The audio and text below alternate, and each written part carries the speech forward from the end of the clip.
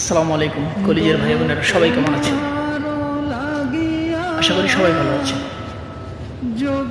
তো কিছু কথা বুকের ভিতর চাপা পড়ে আছে, সেগুলো যদি আপনাদের কাছে প্রকাশ না করি হয়তো সহ্য করতে পারবো না।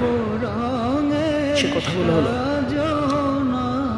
আমি একজন হতভাগা সংসারের বড় ছেলে। এই সংসারের বড় ছেলে হওয়াটা যে কি জ্বালা, এটা একমাত্র সেই বুঝবে যে হয়েছে।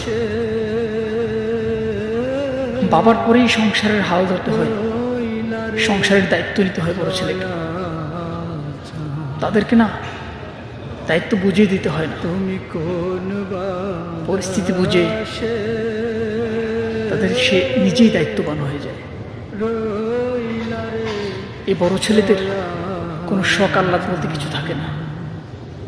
তাদের ইচ্ছে অনিচ্ছে